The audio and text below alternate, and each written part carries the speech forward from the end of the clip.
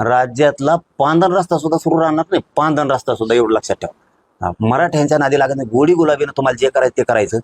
त्यावेळेस घडलं आता. पुन्हा त्या भानगडीत पडायचं नाहीये, हे मात्र तुम्ही लक्षात ठेवा. तुम्ही जर ते भानगड करायला जाता, पोलीस येईन, अमकं करीन आणि तमकं करीन, त्याची किंमत इतकी भयंकर तुमच्यासह देशातल्या पंतप्रधान मोदी साहेबांना सुद्धा त्याची किंमत मोजावी लागणार आहे. तुम्हाला मी प्रामाणिकपणाने सांगतोय, धमकी नाहीये, हे तुम्हाला मी समजून सांगतोय. कारण तुम्हाला ती खोड आहे, लोकांच्या. कारण तुम्हाला जनतेची माया नाही.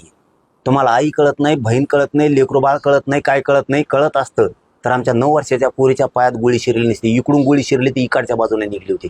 त्या लेकरांचा काय जीव मानला असत. त्याच्यामुळं तुमचं आम्हाला माहीत झालेलं आहे, म्हणून तुम्हाला सावध करतोय. पुन्हा त्या भानगडीत पडू नका.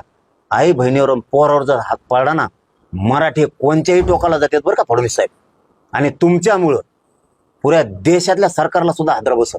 मोदी साहेबासहित हेही शब्द लक्षात ठेवा माझा तुम्ही. मराठ्याचा इथून पुढे नाद करू नका. आणि मराठी बार मार खायला मोकळे बी नाही.